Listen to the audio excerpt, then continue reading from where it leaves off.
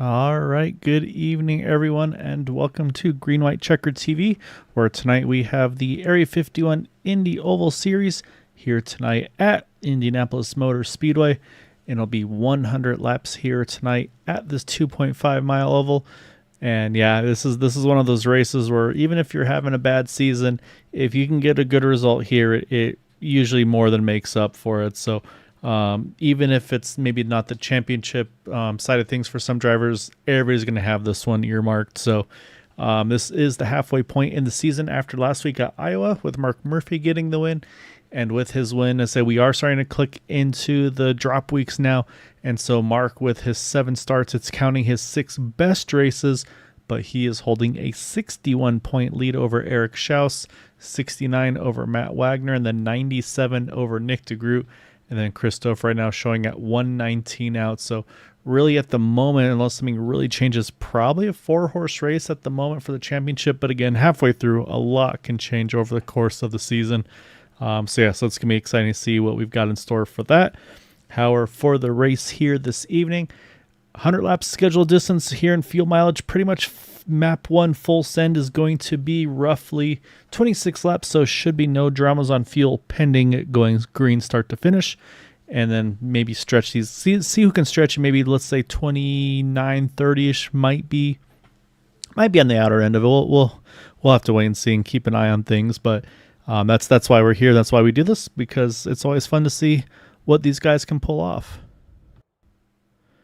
And then also got to give a big shout. You saw in the intro there, also see in the little corner there, sponsorship tonight from the Joy of Driving. Big thank you to Mark Cohn for sponsoring tonight's event. And just a quick little info about the Joy of Driving. So if you are looking for entertaining sim racing content, look no further than the Joy of Driving. Follow Mark Cohn's racing escapades as he battles for wins and avoids wrecks with cat-like reflexes, all while providing commentary sure to make you laugh, cry, or both. Follow along by subscribing to The Joy of Driving on YouTube or like his Facebook page at The Joy of Driving. And so Joy of Driving, your home for the best sim racing videos online. And Mark was able to race a little bit with us, but he's being like a professional person. Like, you know what, I got to get my school stuff done first. So kind of stepped away to focus on his studies.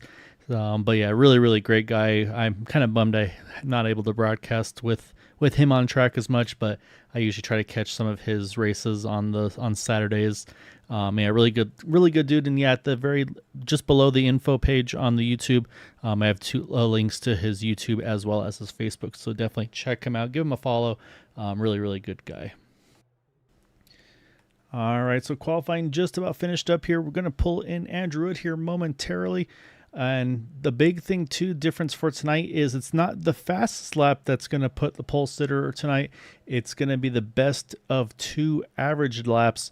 And so that's going to be the other thing, is these guys have to make sure that they get 2 clean laps in, which, looking at the field, it looks like that's been pretty much accomplished by the full gamut of the drivers.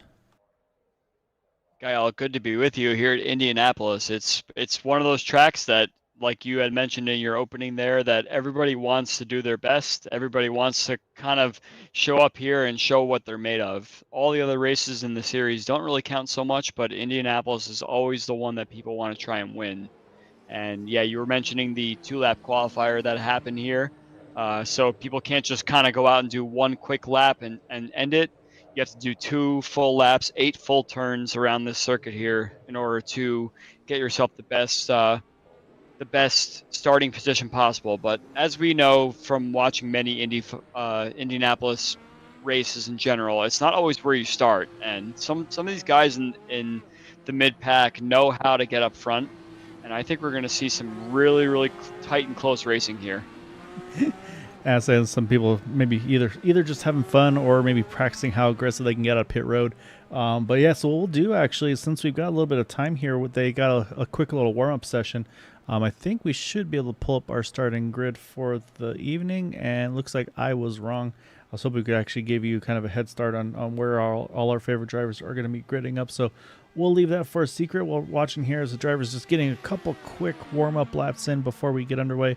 And this is also a really good spot here as well, Andrew, for these guys to just do a little bit extra practice. Something that we chatted with you just a little bit ago is the pit exit. I think that's going to be a storyline where you actually now you cannot touch that white, the inner white line, I guess you'd say, coming out of turn 2, or actually I should say in the chute between turns 1 and turn 2. You can't drift up there. You used to be able to drive all the way out there. I'll see if I can pick up a car and get a good look at it. I think this is going to be our best shot here. We'll watch Joseph Morales there, and we'll see that spot that we're talking about. And yeah, so basically these guys, they can't drift all the way out to that. You see the white line on the inside. Usually they would go all the way to that second white line. They can't do that anymore. They got to stay inside both of those white lines. And so that's going to really kind of hurt the momentum, I feel like, on the exit. Might adjust the way these drivers are able to exit pit road. Yeah, it's one of those things where you kind of make your triangulation around turn 1 and 2 in order to get the best amount of speed coming through that second part of the pit exit there. And without being able to do that, your angle of approach there going through the second part of turn 2 essentially on the inside, you really can't actually shortcut it as much as you'd like to. So these guys are going to have to probably practice that. I'm pretty sure that some of these guys, looks like they're circulating the track right now, but I'm pretty sure they're practicing where their brake bias should be, trying to come into the entry of the pit road, and then of course maybe just try and practice how they can get the best amount of speed exiting turn 2 with that new regulation there. And of course also make sure that they get that pit entry down as well. That's going to be a big one. How quick you can hustle into pit road and not overshoot it. So it looks like it's just about time for the practice. And you can see where the cones are there. You can actually go a little bit past that pit attenuator. You can see right there how quick they come in and stomp on the brakes right to that yellow cone. And that's going to be their goal as well, as they want to try to hustle in there as quick as they possibly can. And yeah, it's going to be fun to see how it's going to come out tonight. And this is also one of those few tracks, I feel like, Andrew, where you can pit and stay within the lead lap. So that could open up some strategy as well, depending on where you are in relation to leaders. Might be worth this time trying to go ahead and maybe pull a little bit of strategy and try to do something with that. You saw just right there on the last little few seconds there were guys that were rushing to the pit lane to try and do their practice pit stop. So some of the guys were trying to practice just racing around the track in general and see exactly how their car is set up and getting ready to go. And yeah, you saw at the very last second there were a couple of last minute practice pit stops. So it's no more time for practice right now. We're getting ready to grid up, and we'll see if that practice has paid off for any of these guys. Yeah, so you can see also actually starting the backstretch here, so a little interesting there. It's going to be possibly a quick grid unless they extend it a lap, but on pole position they're going to have Edson Santos in that number 20, the next 10 points leader Mark Murphy, Craig Forsyth, Charles Teed in row 2, Jim Herrick rounding out the top 5. Then you got Chris Stouffer, Casey Putsky, AJ Hobson, Nick DeGroot, Joe Branch rounding out our top 10. Continuing on, you got Matt Wagner, Rick Sanchez there, 11th and 12th. And then Eric Peterson, Jeff Heisong, Eric Schaus, Mason Mitchum, Shane Coker, Nick Wheeler, and then Hugo Galaz, last of those to put down a qualifying time. And then those maybe opting, either maybe didn't get the lap they wanted, maybe caught the wall a little bit, or just opted to start a little further back. You got Daniel Durazo, Joseph Morales, and Bill Colley in 22nd. So we'll see if it's going to be a quick start here, though, potentially. And yeah, I say we're about to get this thing underway, and it's going to be fun to see, Andrew. Again, lots of strategy I feel like that can come into play here.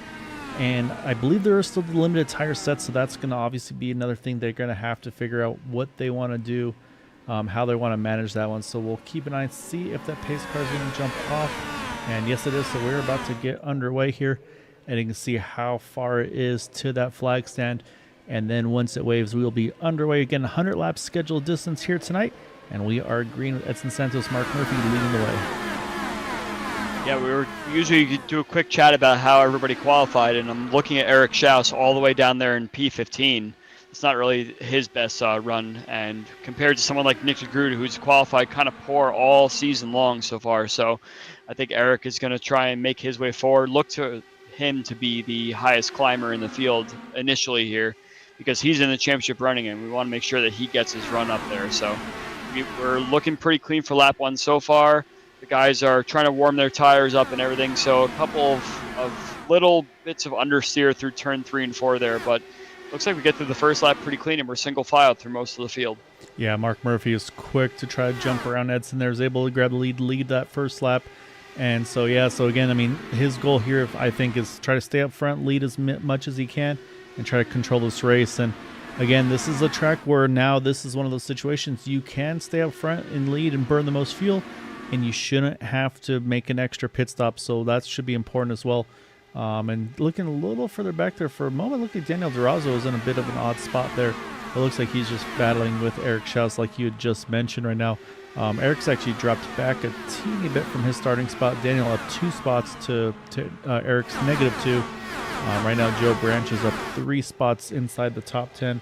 Again, still early, obviously, so not a lot of crazy comers and goers, but right now, first battle on track here looks to be AJ Hobson here with Chris Stouffer there going for the 5th position. And there's the inside versus outside, the momentum, and also probably a little bit of cleaner air there for Chris around that second lane.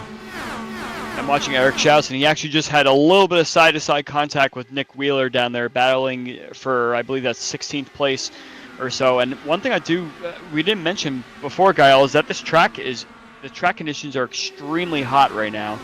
It's about 135 or so, I'd say. Just I'm looking at Celsius, so of course it's a little bit messed up, but the hot conditions definitely make it very, very tricky in order for these guys to kind of pack up a little bit. So I'm not surprised that everyone's kind of fallen into a single file sort of situation so far. Yeah, I know, at the hot temperatures, it's going to make it that much more difficult to stay in the draft of somebody else in front of you. So that's going to be one of those things where you really got to work with your kind of your adjustments, the ARBs, the weight jackers, and try to find what you can do to get that where you want it to. And then, of course, some of these guys probably throwing on a little bit of field maps as well. Maybe some guys able to drop to, let's say, a map 3 instead of the full rich map 1. So, yeah, a lot of potential strategies right now. Right now, you see Rick Sanchez, though. He's definitely got the pressure on Casey Putsky there right in front. But look, you see right there, it looks like he's actually rolled out of it a little bit here entering turn 1. So, like you said, not a lot of craziness going on at the moment. You see right here Hobson and Joe Branch. I think Joe's the one that's really been trying to make the most moves here, but to me right now, the inside line does not appear to be the place to pass unless you can clear them on that entry, as it seems like momentum is really kind of just going to the top side right now. Yeah, but at the same time, if everybody's going to the top side, you're going to try and look for the cleanest air possible. So that's the difficulty with all this, is it almost kind of seems like if everybody's taking the optimal line down to the white line through all 4 of these corners, you want to try and maybe offset a little bit, because that may not be the fastest way in a single lap situation. But if you're trying to find the clean air, which it seems like everybody's really trying to do, as you see the top 10 come through turn 1 right there, that's going to be most important. And some of these guys that are kind of in the mid-pack or so that may not be where they want to be, they're going to maybe just kick the fuel mix down a little bit and try to save some fuel and tires for later on in the run. Now watching again, Stouffer and Hobson here continuing to battle, and you see right there, Stouffer had a lot of clean air in front of him running that second lane. And this is one that's right there you can see as well, actually. Pretty much everybody there was hugging the inside line that time, whereas Stouffer was the one guy on that second lane. But I have seen as well at times over the course of these races where Nick DeGroot almost runs a third lane, you could even say, as now you can see now Hobson jumping to the top. That's opening the door for Joe Branch to take a peek on the inside. So just any little bobble, I think these guys are going to try to capitalize. But from what I'm seeing right now up front, though, it seems like Edson, Teed, Craig Forsyth, they seem pretty content right now to let Mark Murphy just go ahead and lead these laps. And again, shouldn't change anything on the pit side of things for stop numbers, but it could wind up shortening a fuel stop potentially, with them having to take less fuel at some point in this race. So it will be interesting to see. Again, we still got plenty of time before that pit window opens. Again, probably about 26 or so. So probably another 20-ish laps. As there goes Hobson. He's actually gotten around Stouffer. Now trying to clear Craig. Oh, man, that was close. I think Craig probably cut him a little bit of slack there. AJ Hobson now up to 4th. AJ Hobson, always that kind of guy that does not want to just sit in the back and save fuel. So I'm not surprised that he's the guy that's making all the moves right now. And I wouldn't be surprised if he makes his way all the way to the front. I've been watching Joe Branch's camera here, and it seems like back here at the bottom part of the top 10, it's save fuel mode, because last 2 laps in particular, I'm going to watch it again right now, coming down to the start-finish line here at the end of the straightaway, you can see he gets up to about 175 or so, and then just kind of sits there with his kind of modulation of the throttle in order to save a little bit of fuel, and that's definitely going to be key in order to save possibly a lap. And when everybody kind of dips off to the pit road, just trying to make sure that he can go one extra lap in clean air and see if that nets him any positions up on the track. Yeah, and that's definitely where I would be, as well as we got contact. We got Daniel DeRozzo involved. I think that is Jeff Heisung as well. Jeff Heisung, yeah. At the moment, we're going to stay green as all these cars are staying pointed in the right direction. I don't know if they'll throw a yellow or not, but unfortunately, it looks like the 32 and the 18, that might be race over for them. And I think Mason Mitchum as well may be involved in that one also. So I think Eric Schaus might have gotten a piece as well. Yeah, he's really dropping back too. So I'm going to try to jump back because we have not caught a yellow for it. So I'm going to back it down a little further here. So apologies, not able to catch it at the exact time of contact. But you can see right here, you see the 2 and you see the 18, and just kind of seems like, they just kind of meet in the middle. Maybe just, I don't say side drafting, but I don't know, just kind of seemed like the 2 came up a little bit into the 18. Hard to say for sure. You see the 3 got a little bit of contact. Let's jump to Eric Schaus. Oh, yeah, right here he's going to, maybe he got into Mason Mitchell. Just a little bit of a bump, yeah. Yeah, I mean, it's obviously we're not seeing it completely accurately, but what that's done, though, is that's really split this field up here. As you can see now, you've got Nick Wheeler there with Mason Mitchum, Hugo Glass, Eric Schaus, Morales, and Coker all together. But then they got about 2 seconds to Matt Wagner right now in the 6. So I can tell you that the 18 is still on pit road. I think he had to take a tow, unfortunately. Daniel DeRozzo able to get to pit road, get his faster pairing back out there. But yeah, so already a pretty decent incident there. But again, all the cars stayed pointed straight. So iRacing is not going to throw the yellow automatically on that one. And so it's kind of just a decision, I don't know, on the admin side if they need to throw it or not. And so we stayed green on that one. I can tell you that Mason Mitchum is getting closer to Matt Wagner. He's within 1.2 now. So these guys all should be able to pull right back up into the draft here. So at least that one thing is kind of out of their concern now. And the way sim racing works here, or racing in general works, here's the 2 coming out of pit road. Here's the 18 coming out of pit road. They had the contact, and of course they come out right together. This seems the way that always works. So back up front, though, Teed, though, while we watched all that, Charles Teed, he's moved himself up into second, now going for the lead. Yeah, so you were mentioning that Mason Mitchum was starting to catch up to that pack, and because of that, you can almost guarantee that this whole lead pack of 13 cars here are all on a fuel save right now. Nobody wants to lead, nobody wants to burn the fuel, but everybody's going to try and save the fuel along with them. So along with that, everybody kind of strings out in line, and next thing you know, anybody that you had left in the back of the pack is going to start to catch back up again. So you see Mason Mitchum is right in the draft path now. And you can see the fact that all these cars are kind of on top of each other is also indicative of fuel safe situation as well. So no one's really going full acceleration right now. They're kind of kicking into a higher fuel map and trying to really slow down the lap time. So whereas we saw lap times in practice that were more in the high 39s, low 40s, the last laps everyone's doing about mid 41s, which is really, really slow for a race speed. Yeah, I almost wonder if something changed pace-wise where they saw a number like, actually, we need to make sure we hit this number. Again, talking to drivers in practice, I was hearing that 26 was kind of the full rich number. But so my question here then at this point is there any incentive? So now, obviously, we see Hobson get up to second. Is there incentive for, let's say, Charles Teed, AJ Hobson to maybe try to do that swap draft and maybe boost the pace of this race up higher to make these guys have to burn a little bit more fuel? Or at this point, is it just if you're third, fourth on back, you're going to be able to save the same amount of fuel regardless? Well, I think AJ and Charles are doing exactly what you said. They just started swap drafting now up in the lead.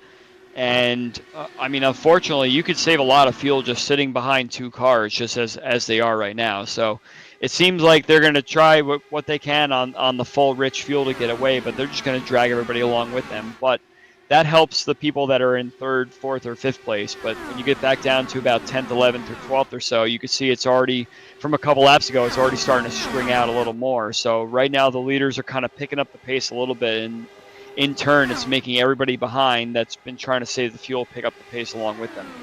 Yeah, they've picked up maybe 2 or so tenths, it looks like, compared to those last couple laps.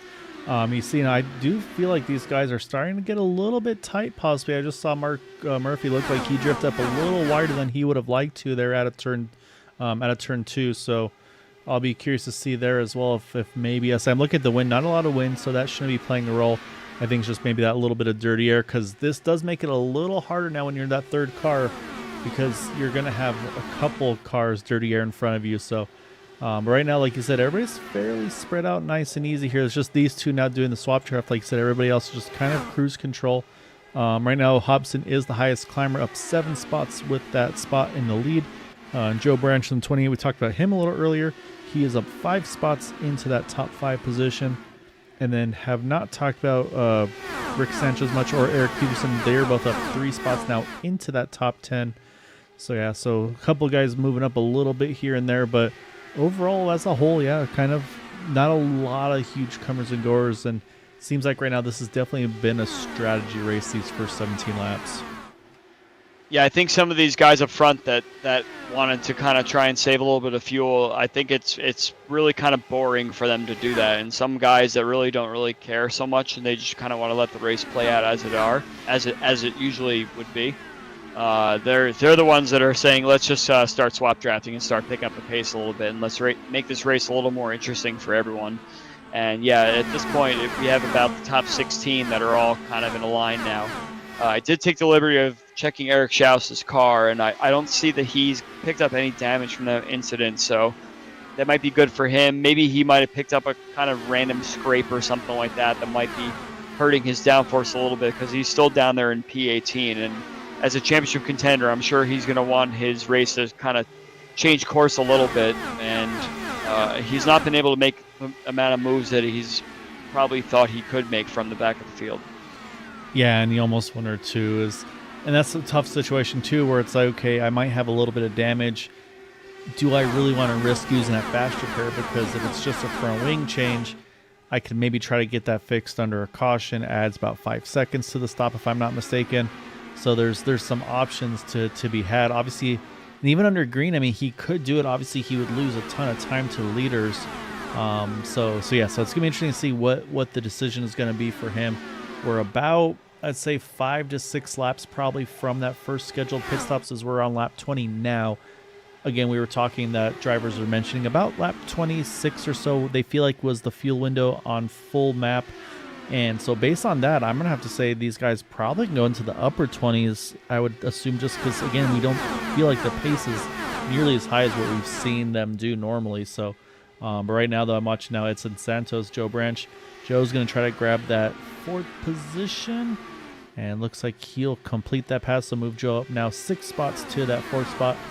And yeah, so he and Hobson have definitely been the highest climbers by far so far this race.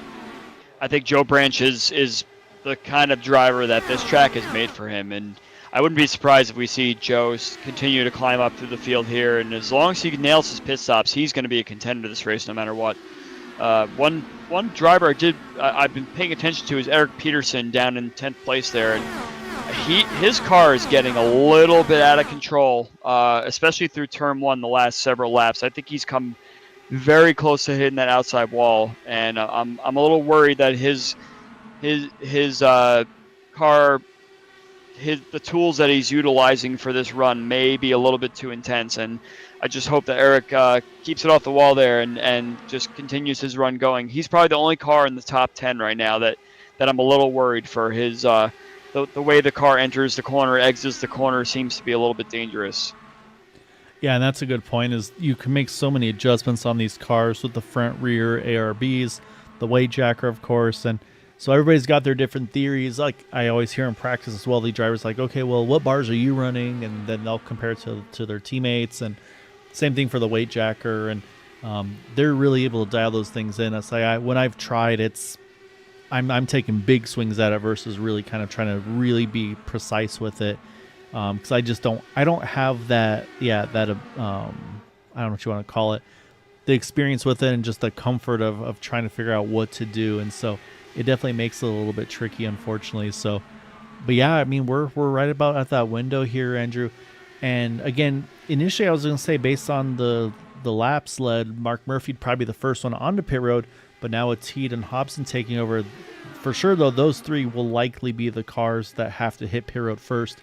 And we just talked about it a little bit at the beginning where, and actually I'll try to cue it up here to show that pit entry one more time as these guys come out of turn number 4. So here's the entry, here's the pace they're going, and there's the cones. I mean, they got to pretty much get out of 4, get straight on the brakes, maybe even start slowing down before fully exiting turn number 4, because that's a very, very, I mean, again, these guys are going to, 210, 220-ish.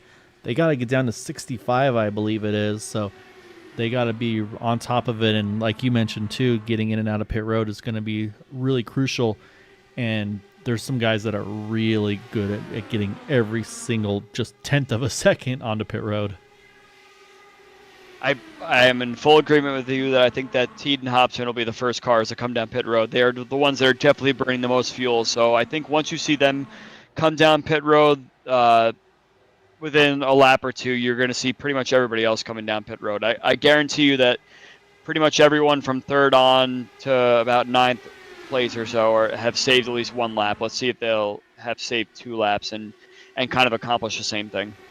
Yeah, you can actually see it. The pace is starting to pick up now. I saw them go 2 wide pretty much through most of the top 10 there. So I think it's enough that they're not going to save another lap. So let's kick the fuel maps up and start seeing what kind of moves we can make and get as much track position as possible. You see Joe Branch is really going for it there for 3rd place. Ooh. Wow, that was close.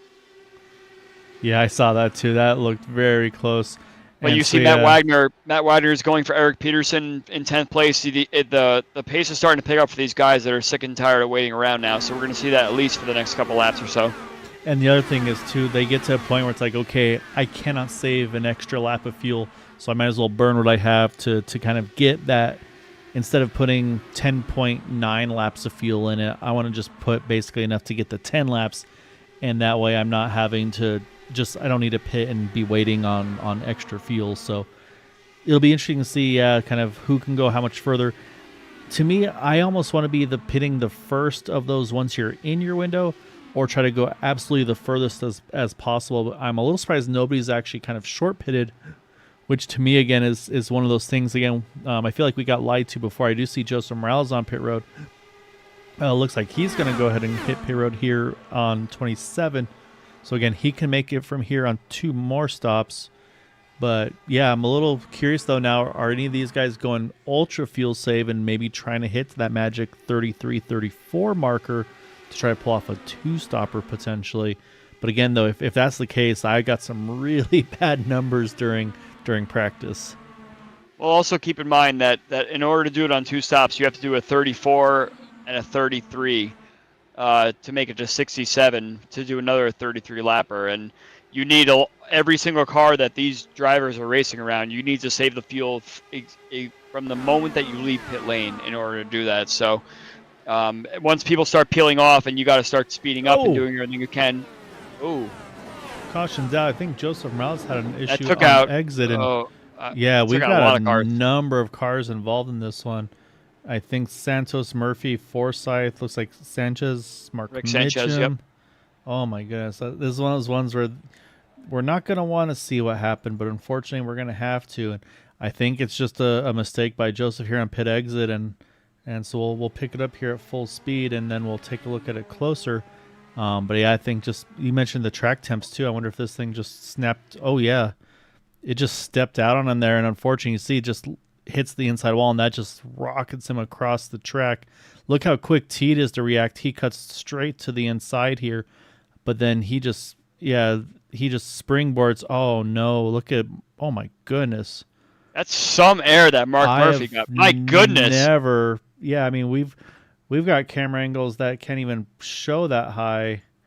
That's incredible. Kyle, I've never seen that in iRacing before. Never seen it before. This is where I'm really glad it's a simulation. Which granted it may not look that accurate, but that's a brutal crash though, regardless. So we'll go back here once more, try to see if we can get some other angles of it, and kind of try to also get a good view of kind of who all got caught up in this one. So I think if we could try to find the turn 2, this will give us a decent shot, I believe, to kind of see the initial contacts here. And so yeah, the Sothers Mark immediately launches. And actually, no, unfortunately, it's going to cut out. So let's go further back. We're going to take a look. I think Edson. It's going to be Edson that kind of bounces off the wall and takes out Craig and I think that's Sanchez, Rick Sanchez, and I'm looking also, like, again, I don't mean to laugh, but I'm on board here with Christopher. Look how high Mark Murphy's car is off the track here. I mean, that's insane. And then so then we'll jump off the back here.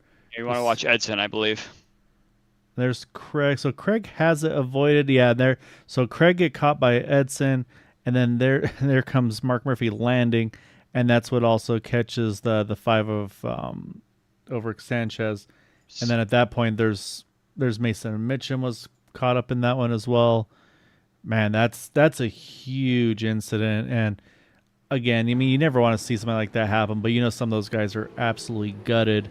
Actually, I think Mitchum didn't hit anything. I think he was just heavy on the brakes as Edson's car was flying up towards the wall. And I don't. Yeah, he looks all right actually. If you watch his onboard, I think you could see that he just did all he could to stop the car.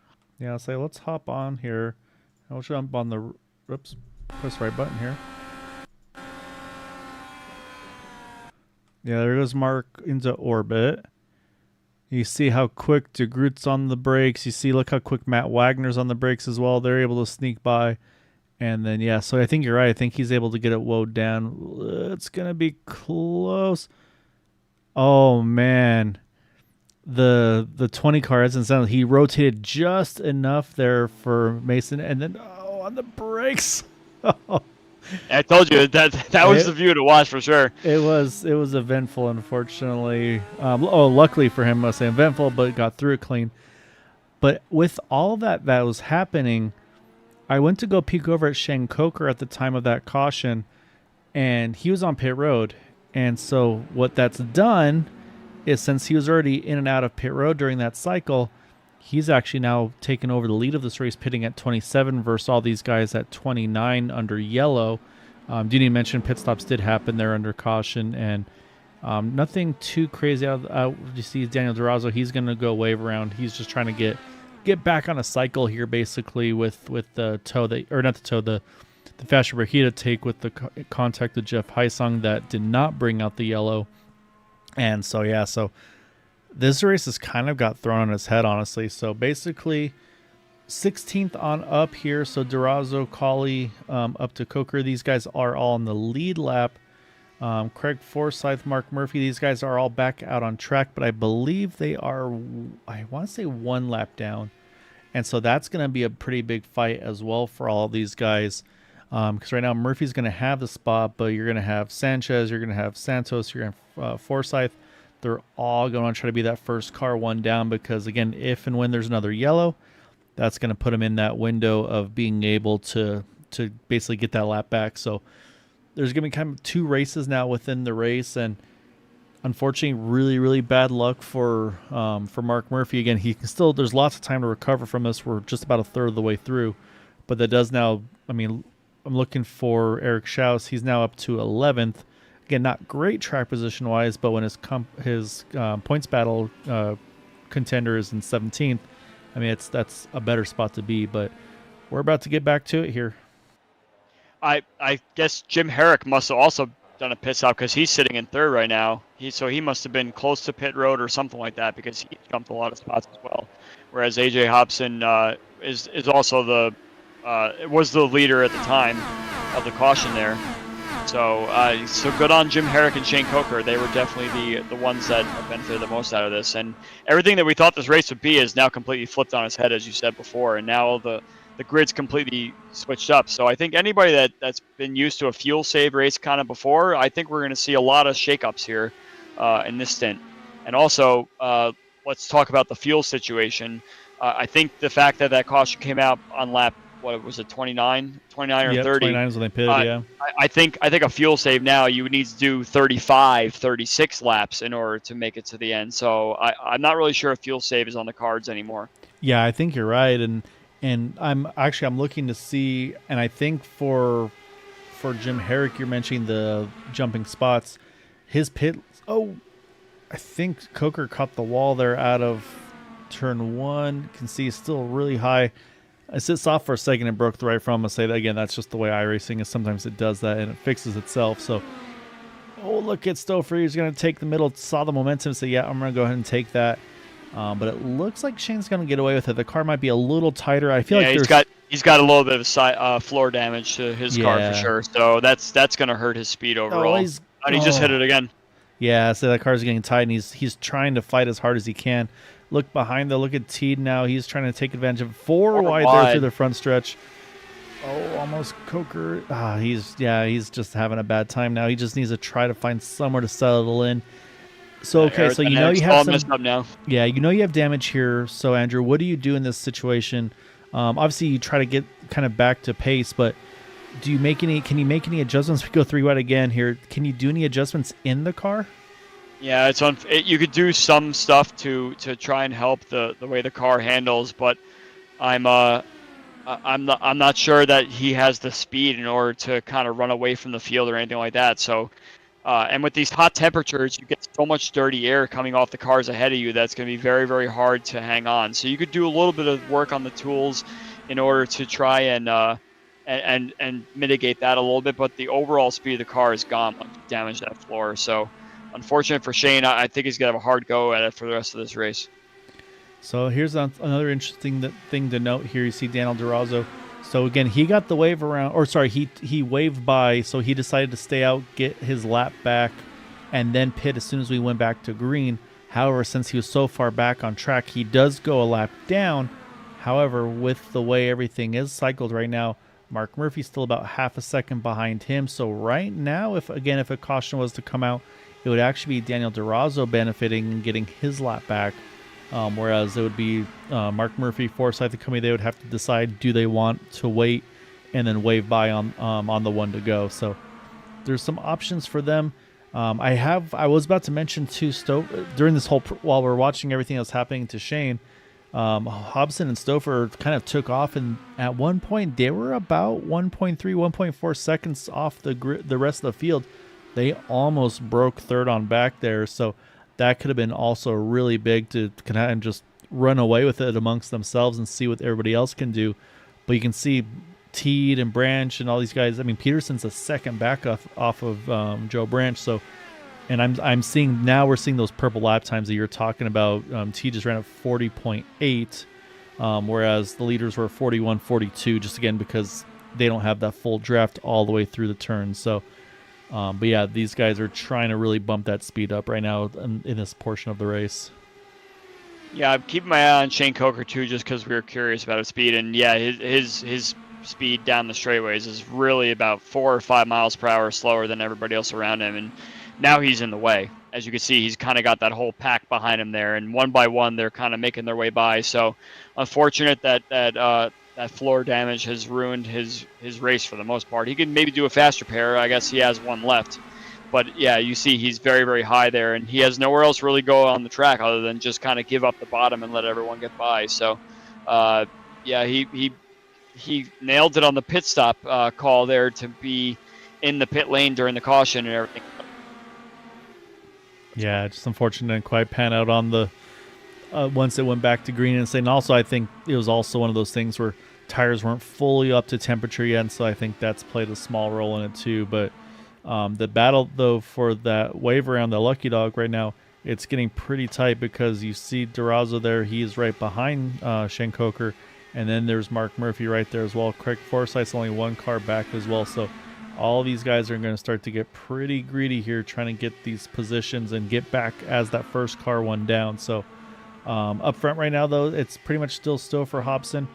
Teed has entered the fray, though, so add that third car. Then everybody else is slowly but surely creeping in back up into this field. So yeah, so right now, and then last time by DeGroot actually was the fastest car with a purple lap there for 40.84. So again, just shows what the draft can do. But you can see there's certain portions where it's very, very spread out here, Andrew, and it's just going to force these guys again. Like you mentioned earlier, I think fuel save before this was out of the question. And now with the way the field got all spread out with what happened to Shane, it's really thrown the fuel mileage strategy, I think, out of the window too. it's always kind of like a goal to make it to about 32 or 33 laps or so. But once that caution comes out, that kind of makes the lap count a little bit different. It's like, all right, guys, it's time to just race now. Um, but at this, on the same token, someone like Joe Branch right now, he's caught back up to the lead, and he can somehow find some tools to get through the corners that maybe keep his average speed through the corners down, but not lose too much time. And he can save little bits of fuel at a time, because when we get down to the end of it, if you can kind of knock maybe a second off your pit stop time, then that also kind of helps you maybe get a little bit of an advantage if you can't make the move past the guys up ahead of you. So that's also something to consider. But it's also difficult to keep a mental state where you're saying, okay, let's save this amount of fuel this lap, this amount of fuel, while also trying to keep up and not be a hindrance for the guys behind that may not be on the same mindset as you. Yeah, no, exactly right, and it'll be curious to see. And you mentioned the pit stop time as well, and that's something I was going to mention. Is for instance, for Charles Teed, he had a 10-second pit stop. I talked to Matt earlier, and from somebody who's telling the drivers, and it sounds like right now they're running about a 90% fuel load, so you can adjust how much fuel you put in the tanks for all these drivers. So it's not quite a full fuel load, but with it being 90%, that means you would be waiting on waiting on fuel, because tires only take about, I think, 6-7 seconds. So in that sense, there, Teed actually had to wait a couple seconds on fuel, and that was where we mentioned about Shane obviously able to gain a bunch of spots with the timing of his pit stop, which I have to say right now he's hanging on pretty decently. He's back into 10th. However, you can see I think he's also just trying to really just get to the next pit stop, like you said, too, to get the fast repair taken care of. So I think he's doing what he needs to just try to make sure he can kind of keep fighting. But then I look back at some of those guys you mentioned that jumped a bunch of spots, and the one I look at right now was Eric Peterson. He had an 8.6-second pit stop, so about a second and a half quicker than Teed, and again, just due to probably saving fuel over the course of that first run. So that's also where you mentioned, though, if like Joe Branch, if he can just cruise, maybe one of those pit stops, a little less fuel, he can get out a little quicker and gain some track position that way as well. I hate to distract you a little bit, but we have some comments in the YouTube chat regarding our that that airborne Yeah. crash of Mark Murphy. I just happened to check as well, and Yeah. yeah, that's definitely. I mean, I've been doing iRacing for about 8 years now, and that's one for the record books for sure. Yeah, saying, oh, it'll be curious to see. I'm sure these guys will be chatting about it post race as well. And Mark's obviously done a lot of racing, done a lot of broadcasting. I'll be curious to see what he says as well, or if that's when I was like, yeah, I've never had something like that happen. Then also got to give a shout out though to Amy rooting on Shane. It looks like I'm gonna go out on a limb with the last name there. And yeah, it's a bummer, but again though, the nice part is we're not even halfway yet. They still have, we believe for sure, 2 pit stops, and that's going to change a lot. But what has happened though, look at the margin right now. Look at Craig Forsyth. He's the last of this main pack again. He is a lap down, and he's right now the second car a lap down behind Mark Murphy. Mark's been able to get back to that spot now. But then you see Craig, and where's Eric Schaus? They are way back, and now it's Daniel Durazo leading it. But they are about 4+ seconds, I think almost 5 seconds off this group in front. That's going to be tough to recover from. I'm not sure what spaced them out that far, but unfortunately, they're going to have to really get aggressive here, Andrew, to have any chance of getting back to this main pack. I almost kind of wonder if it was a Shane Coker effect. Maybe perhaps he was letting some cars by, and then perhaps he was trying to fight to stay ahead of some cars, and next thing you know, you're having to lift away from everything like that. Or it could have just been a restart situation where perhaps someone didn't really go on the restart kind of thing. And next thing you know, you find yourself kind of behind a little bit. So anything's really possible there. I saw Casey Bahutsky had a kind of a brush with the wall out of 2 there and almost lost it, but I think he's kept it on the road. Yeah, it looks like he's in this in pack okay as well.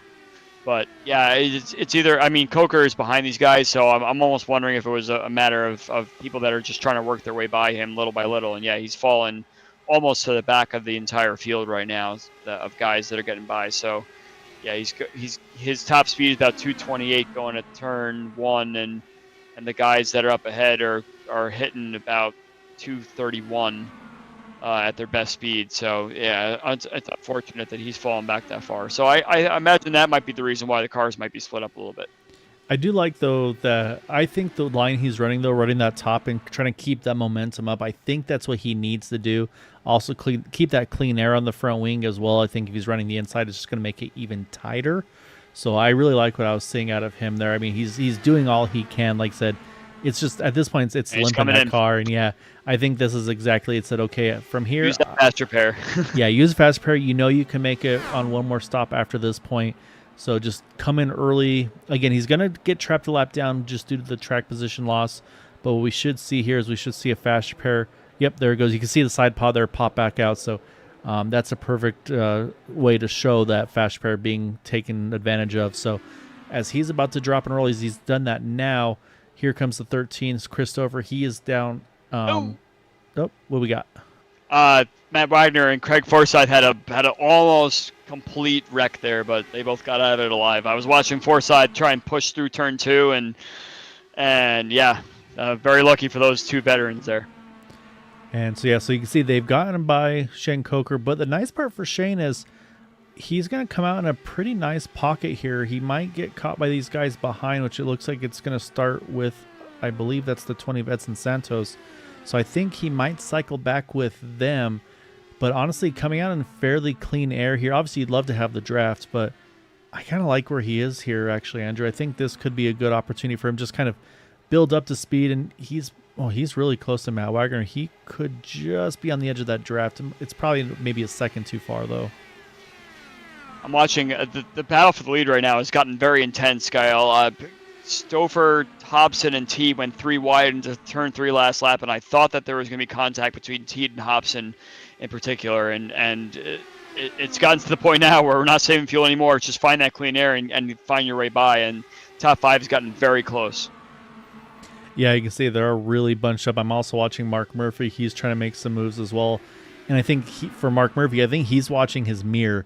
He sees Craig there. Craig's lurking, and he knows if something happens, I got to stay ahead of this blue and white 99 car.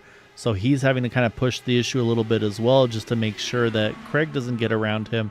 Because, again, you never know what and where something might happen. Like you'd mentioned up front, I mean, they were dicing up. I'm sure it's the same situation a little bit further back. I'm sure these guys are getting dicey as well. So that said, though, we just crossed the halfway point now. 3 wide again. Yep, here they go. I mean, from watching this battle, the car that I'm thinking is the most eager to lead right now is Charles Teed. He's kind of he's the one who's kind of pushing it to be wide, whereas Hobson and Stouffer have been in the swap draft situation. I think Teed was like, I don't want to watch you guys battle. I want to be in the battle. And as you see, Teed is now taking the lead. So I'm curious if Stouffer just gives up and says, okay, it's time for you to just sit there and I'll save maybe a little bit of fuel at the end of the run here, or if Stouffer is going to try and push it and continue to go for the lead. I know Hobson's definitely going to want to continue to push for it, but Stouffer is someone who will just kind of maybe sit back and say, okay, let me just watch this kind of happen for a little bit. Here comes Joe Branch to the inside in turn 3 on Hobson. Yeah, you can see there, and looks like Teed actually got a little loose there almost. Yeah, he was able to keep the momentum up top there, and so keep the lead is Christopher. And so with us being down to 49 to go, again, I'm looking at the fuel numbers, and these guys all pitted at lap 39. I apologize. So they've gone about 20 laps, roughly, just a little over 20. So again, I'm gonna be very curious to see how far they can go. Again, magic number would be if they could get to like that 33-ish mark or so. Actually, no, we said 35. Actually, would be trying to split it in half. Yeah, the caution was on lap 29, so they all pit on 30. Yeah, so they'd have to get to 65. Yeah, I don't see that happening. But again, these guys like to fool us. But what I am curious about, though, is nobody's tried though to do any undercut, and you almost wonder, like, there's plenty of teammates in this series. You would think that maybe like, okay, hey, let's come in together, let's swap draft, and we'll stay out in front. Maybe we can even kind of gap the other guys. I'm a little surprised we haven't seen anybody take advantage of that, or is that just because they want to make sure that their last pit stop is as short as possible? I think it's a matter of just pick whatever strategy you think works best for you. It's almost when you get to a certain point, you say, okay, I'll just pit when I feel like it. If I feel like I'm confident that I can get down pit road, do my service fast, and get out faster than the people around you. If you're in the rhythm or you feel like you're kind of getting out of the rhythm a little bit, that might be what the chance for some of these guys sitting maybe around 13th, 14th, or 15th say, I'm going to try something a little bit different. And then, of course, the teammate effect is also in the mix there too, and just say like, okay, I'm gonna come down this lap, you come down next lap, and hopefully at the end of that second person stop, you come out together and start a swap draft situation all by yourself. And I can tell you though, Eric Schaus, they're starting to close the gap a little bit. Remember, we're talking about 5 seconds or so at one point. Yeah, it's down to you about can tell the lap times. three-ish. The lap times are starting to slow down, and you see that they're all doing 41 threes, fours, and fives, which indicates that there's a little bit of a fuel save going on. So if the leaders are doing the 3, 4s, and 5s, and Schaus and them are doing 2s and 3s, that little by little they're going to start chipping away at it. Yeah, I was trying to see potentially Edson and Shane here. Maybe they were doing the swap draft as well to kind of bring that pace back up to get back after each other. So we'll watch right now. As you can see, now it looks like Shane's going to stay behind there. So looking at the lap time, and looks like it was a 25 for Stouffer, 29 for Teed, and then for Schaus it was a 41.19, so half a 10, not a ton. Is he Stouffer here? I was gonna say I saw the protect to the bottom. That kind of made me wonder. Yep, he just queued up on radio and said, I'm coming in, and I wonder if they're gonna drag anyone else along with them. He's got some teammates in this pack right here, so I'm wondering if they come in together. Yep, absolutely. Oh, look at Craig. Wow, that was that was going for it for sure. I mentioned Craig's one that's going to try to get every ounce he can, and that's the thing, is this is actually a good opportunity for Craig too. Is he's up in that main pack, so now what he's trying to do is I think he's trying to undercut basically Mark Murphy. That way, again, if something were to happen, he could stay out and try to get this lap back that way. So we'll see if we see any response to this. Teed's coming in this lap. I believe Edson's coming in this lap. I wonder if Joe might come in. No, I think Joe's going to probably do one more because his teammates are on that, kind of I was mentioning, like one come in at a time, and hopefully you see each other on the other side. But Joe is actually someone who likes to go long. In most of the races he does, he wants to stretch it out and see if he can possibly get a better advantage just being in some clean air, is exactly as he's done right now. He's now taking the lead from Hobson. It looks like Hobson's done that swerve there, so Hobson might be coming in, which means that if I were Joe, just stay out at this point and hope that someone else comes to swap draft with me. And so, yeah, so as these guys entered turn 3, Craig and Chris there were exiting or entering turn 4, so they've got basically a turn margin here. And so, yep, so there goes the 4, like you just mentioned, getting in. And so this is the next thing I want to watch is let's go find Charles Teed here in that 50. He's still building up speed. Craig and Christopher, they're going to be at full song. There they go. Can Teed grab onto the back of the toe of these guys? I think he'll get there, but it's going to be tight. And so that's going to be the things that these guys are going to try to do, is they want to try to break that draft off of these guys. And they're going to be pushing as hard as they can these next couple laps to try to sneak away. Waiting for a full speed. I think all the leaders are queuing up in the rail. We're going to see Branch, Peterson, DeGroot, Herrick, Mark Murphy, I think also all coming in. Oh, I hate these big entries here because it's so many people. If anything goes wrong, oh, Murphy there caught the outside wall a little bit there. This is the money lap. This is the lap that all the leaders decide. So if all of them come in, if anyone stay out, it's going to be one more lap for them. So yeah, Matt Wagner right now, Schaus and Hugo Galaz are the last ones that have yet to pit. I'm watching Nick DeGroot blew his box, so he's going to have a slow stop. So I think Branch should be the first one out, but DeGroot's going to probably be the last one. Oh, he comes very close to Peterson. Yep, so Branch, they're all exiting the pits right now, kind of close to where they came in, except DeGroot lost the most time. But here comes that pack that already pit, and look how much advantage they've gotten. Yeah, here's Wagner and Schaus. They're both on pit road. Hugo Galaz, he's going to go long again. And say we've seen Hugo make really good fuel mileage, so he's going to stretch it now as well. He's going to take the point in that 57. And then, yeah, like you said, though, here's Stouffer, here's Forsyth. They're trying to see if they can try to break away here.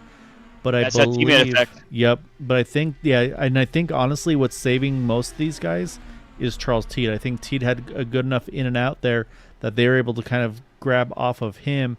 And so I think pretty much all the way back to Edson, I think all these guys will be able to tag back onto each other. So yeah, so now we got to wait to see. I'm a little nervous for Matt Wagner here, honestly. He might sneak on the back of, I think, probably about Nick DeGroot. I'm thinking best case scenario here. Yeah, I think you're right. Yeah, I think he might just get passed by Murphy here, and then Yeah, I like how aggressive he was there stay. to get to the draft as soon as possible. Also got to mention What they that Hugo's in as well. Yeah, so I think we basically all but confirmed to this point that no one's going to the end on a fuel save. So it's going to be full blast.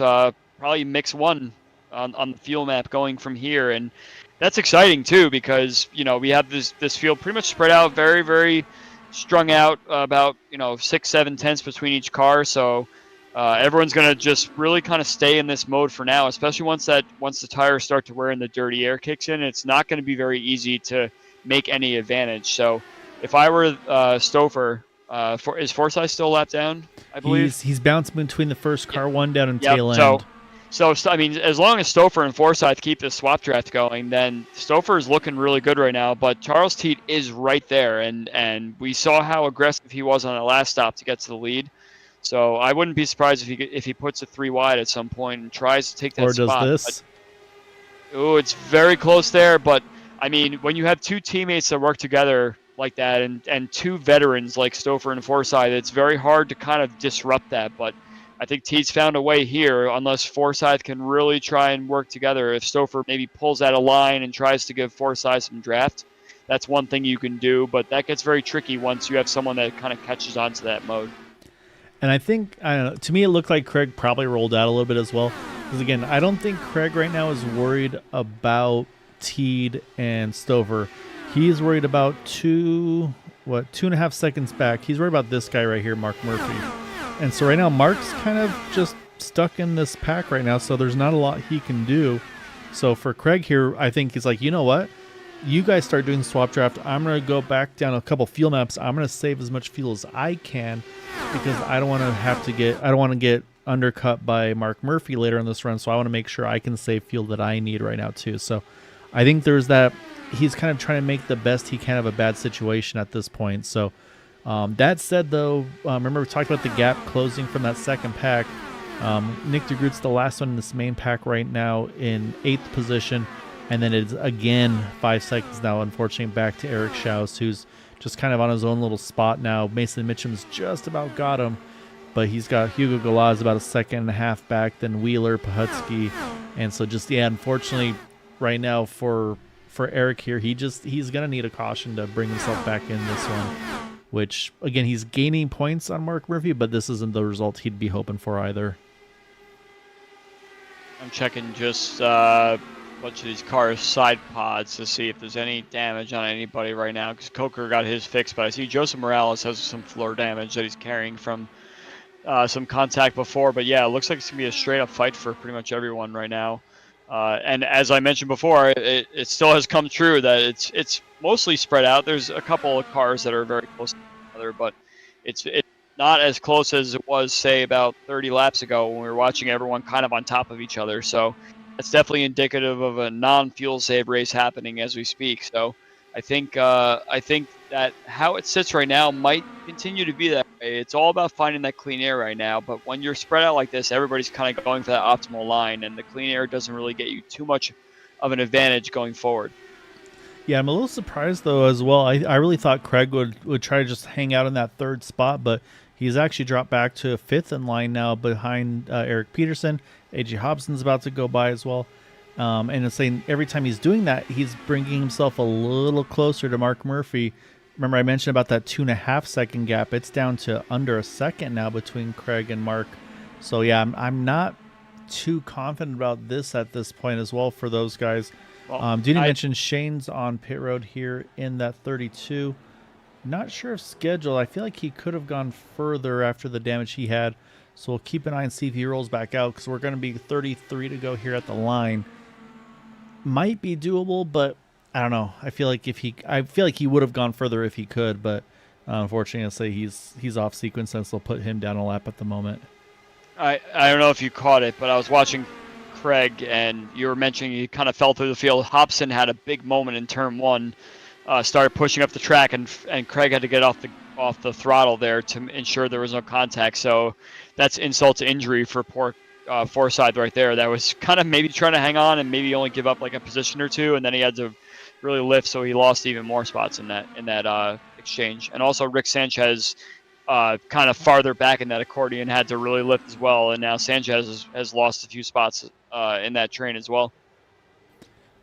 Yeah, I see him right there at the very end. So yeah, so right now we've got a pretty good mix of lead lap and lap down cars. Last car in the lead lap in this pack is Nick DeGroot there in the 89, but yeah, like you mentioned, you got Edson right there behind him. You got the 5 Rick Sanchez there as well. And then again, though, unfortunately, got to go about 5-6 seconds back to get to these two, Schaus and Mason Mitchum. They have now finally got to each other where they are trying to do that swap draft. Last time by, they were 700ths of a second quicker. Again, that's just, it's not going to be enough at this point to make anything happen. So they're going to need a little bit more help, unfortunately, in that sense of it. However, again, now we start getting to this fuel situation here again. Once we're officially in that full send rich fuel window, so let's say lap, or let's say 25 to go or something like that, Andrew. Do you, if you're in this main pack where you won't go a lap down as long as you don't botch your entry, do you short pit and kind of, we saw it work pretty well there for Stouffer and Forsyth. If you have something near you, do you try it again, or do you run along and just take the least amount of fuel you can and kind of keep saving now, and then basically kind of put the least amount in at the end, and then you're full rich to the end? Well, there's two things to consider here, Gael. So this is one of those very unique tracks that if you pit from the front, you don't lose a lap. So short pitting is definitely something that's probably on these people's minds, because especially if you're sitting maybe like up to about 3 or 4 seconds back from the leader, you can pit and come out on the lead lap. So if you get your pit stop done and say a caution comes out 2 laps after your pit stop, then you get all that track position back and you've cut out your pit stop. So that's one thing. But also on top of that, this is also a track where the tire wear really isn't too incredibly bad. It's not great, but you can definitely hang on.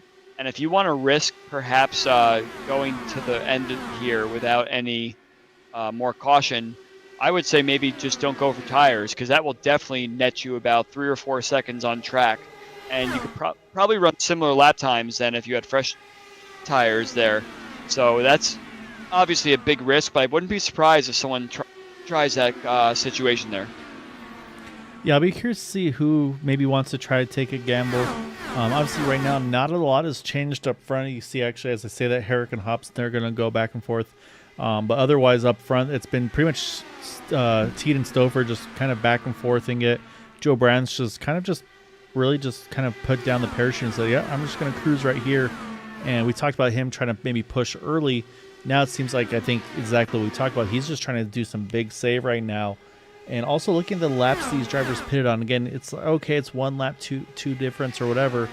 Again, though, this is a 2.5 mile track, so I mean, 2 lap difference, that's 5 miles of difference. And so Teed and Stouffer, Teed was 57, Stouffer 56, Joe Brancher Peterson 59. Matt Wagner was the one that went the furthest, went to lap 60. So again, based on those numbers, and then Matt's been, a lot of these guys have been saving this whole time. Like you said, they might be able to do something kind of out of the ordinary, where maybe, they maybe just do fuel only and just the bare minimum they need to make it to the end. And let's say it turns into, instead of it being an 8-9 second stop, it's a 5 second stop. That could be enough where they can't get to you before the end of this race if it stays green. So yeah, there's going to be a lot that could come out and play in this one.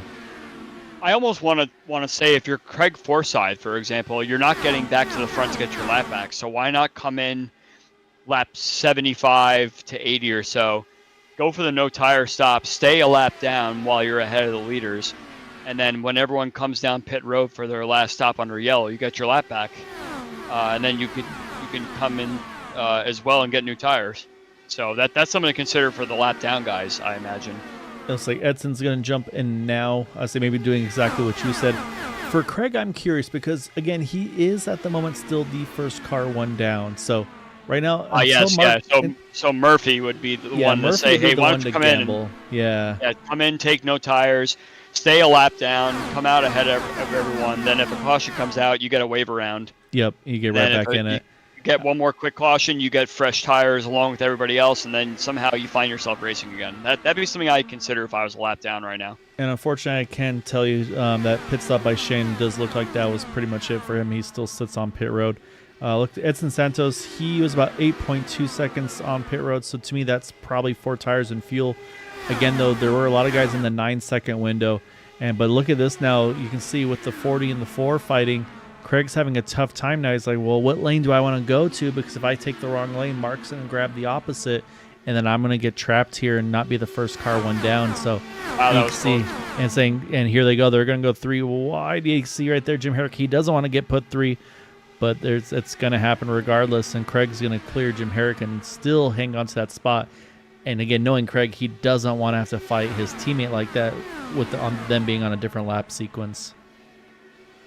Yeah, I'm not quite sure what happened there, actually. Okay, so now we're doing the kind of, wow, I called lap 75 around the dot there. So I'm curious if any of these guys take no tires, just try and break out from the rest. I think at this point, if you're pitting 25 to go, just take the tires and be done with it. I think, if you're waiting a little later, maybe you go for the no tire strat. So yeah, so you got Teed and Peterson, Wagner, and Murphy. And I think it's exactly that. I think it's Teed and Peterson working together, and it's Murphy and Wagner working together is kind of what I'm expecting here. And you saw all those cars popped up, so that's 4 tires for all of them. And it looks like it's going to be Teed that still wins the race off, then Peterson, then Murphy, then Wagner. So, and looks like no reaction from these other guys. So, and also we'll now keep an eye on Edson Santos because, again, Edson was in that pack as well. So I want to see with him pitting on his own, where does he come out in relation to them? And it looks like right on top of him. So these guys all coming out right together. So they'll have a solid 5-car pack. So now it's just all about, like I said, once these guys get up to speed here, Andrew, I really want to see what the lap times are up front compared to Stouffer and Branch, to Teed and Peterson, as right now they're the ones that are leading that second pack. Well, I see that Stouffer and Branch are swap drafting now, and they're teammates, so I'm sure there's communication going on, so the pace will start to pick up once the 2 of these guys start swap drafting, and if they're going to do a full fuel burn, which at this point seems to be the only really way to go since everyone's got to do a pit stop, let's see how it goes. They're already down to a 41.1, which is about 2 or 3 tenths faster than the cars were running for the last 10 laps or so. So these guys on the worn tires are saying, let's just go for it at this point and swap draft and see if they can counteract those guys that did the pit stop already. Yeah, so we'll keep an eye on their lap times to Teed and Peterson. Right now it is still Teed and Peterson that are leading that second pack. Again, they are on the lead lap, so there's no issues there. That's it. I almost went at one point up. Here comes the 4 of Hobson. It's going to bring the 5 as well there, Rick Sanchez. They're going to come in here. And yeah, like I said, the swap draft continue on. So Teed and Peterson, 4109, 4105, Branch Stouffer, 4107, 4109. So yeah, they're hundreds of a difference apart. So neither are making any big gains or ground on each other. However, I can tell you though, I'm looking back up to Teed and Peterson. They're about to steal some really nice, valuable draft here from, I believe that's going to be the 31 of Bill Cawley. And so that's going to really help their lap times. Actually, as I say that, Bill's going to jump off onto pit road. But yeah, so I feel like they may be able to stiff a little bit of draft. So yeah, I'm going to be curious to see here. You see Craig, he's going to run as far as he can. Again, he's probably hoping for that yellow to get his lap back. But yeah, I really am interested to see, do we see anybody try to pull that fuel only stop? Just run this thing as far as you can, then just the bare minimum to the end. But that draft did play a role though, Andrew, because it was a 40.93 to a 41.11, so almost 2 tenths quicker from that little extra draft they were able to get. Yeah, I think Stouffer missed the entry to turn 2 there a little bit, so that's going to hurt their lap times a bit up front. But it seems like they're both kind of running similar lap times here. So I imagine that if things all go according to plan, you're going to try your best to offset with your teammates. So maybe you see Stouffer come in 1 lap and then Branch come in the lap after that, just so they don't step on each other on the pit entry, but also find each other on the pit exit so they could restart that draft again. Branch seems to have fallen back a little bit now from Stouffer, but Well, I think Stouffer also Stouffer, got yeah. I was going to say that draft Stouffer off grabbed the franchise. draft off the 5, and so now it's almost, you don't even need a swap draft because he's just got this huge toe off that Well, 5 car. this is gonna be a whopper. Oh, Oh, 5. Sanchez is lost. Oh, what a save.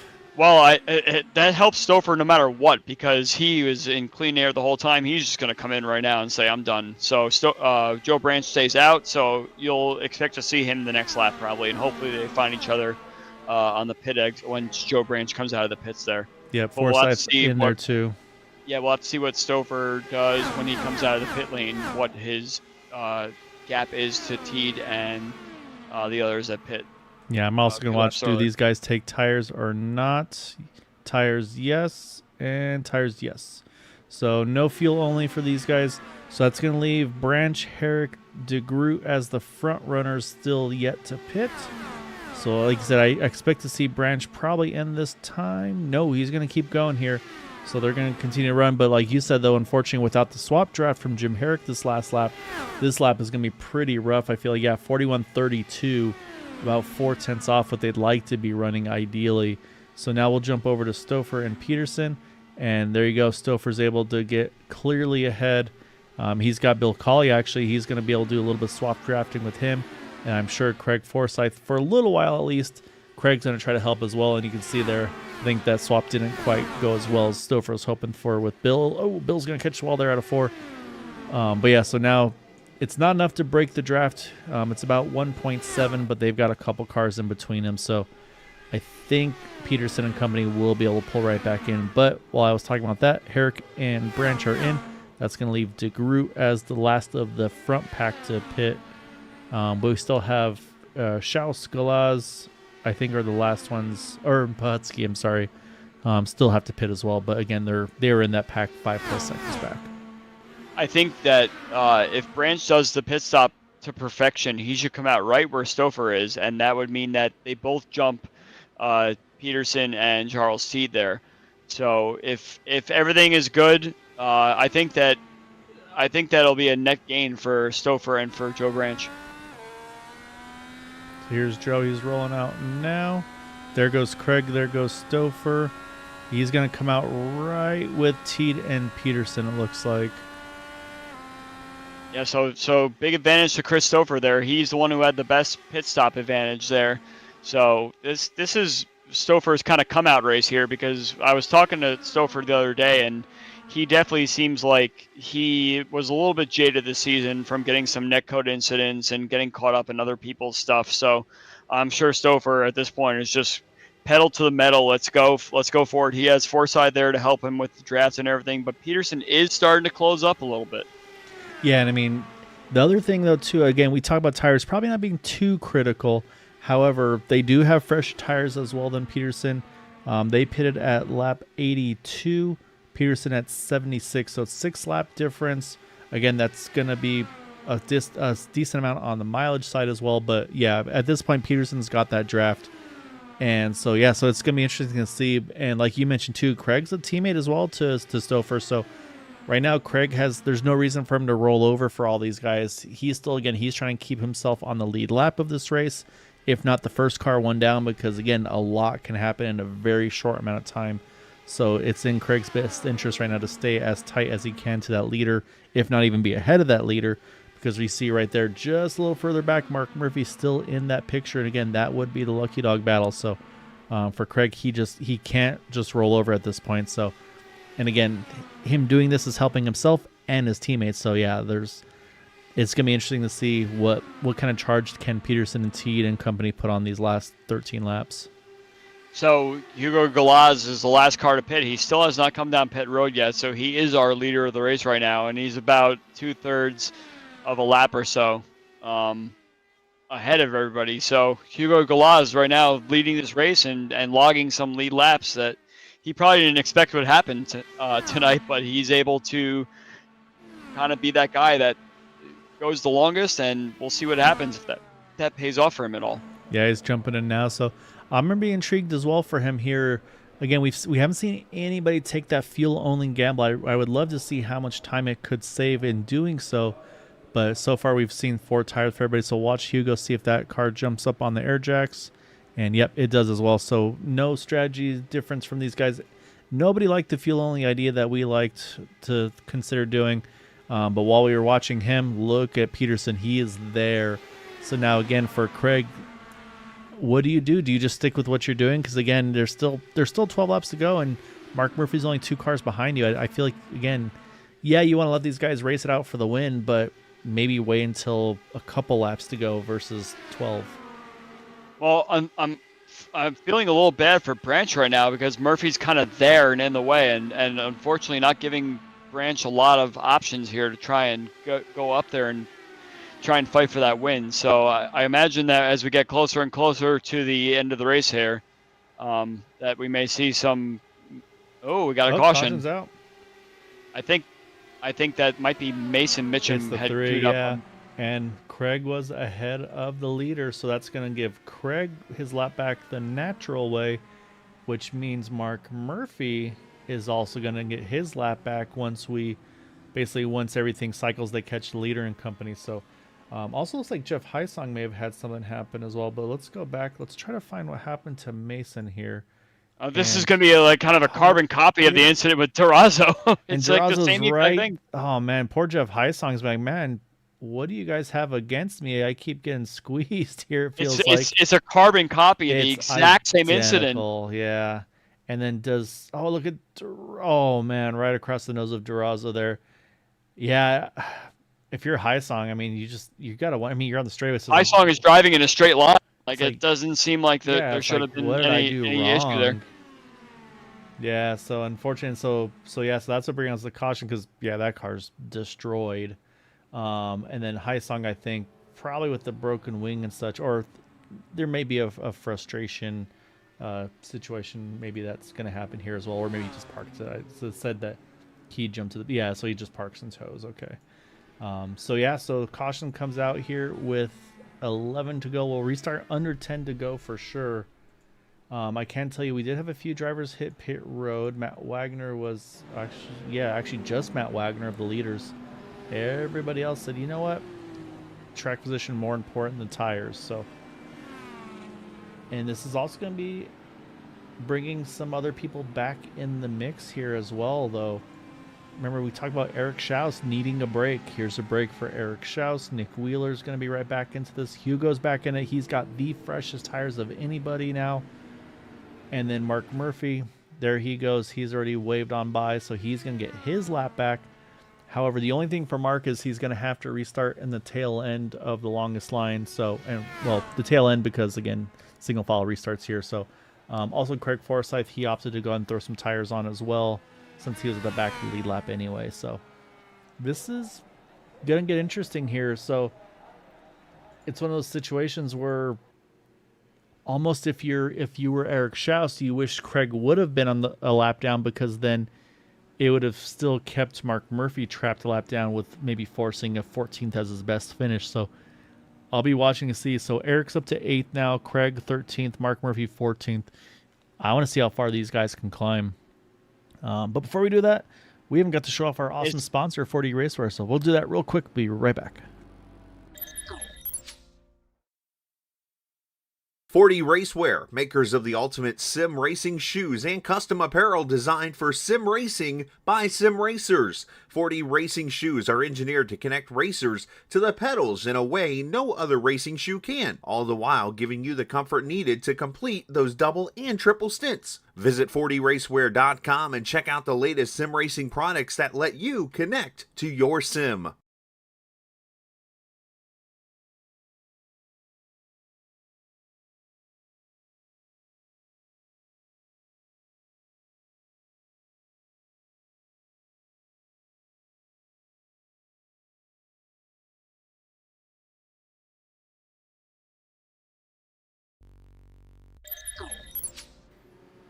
All right, lights are off of the pace car. I had to give a little bit of love over to 4D Racer. Always got to thank Jim Herrick in that number 40 car.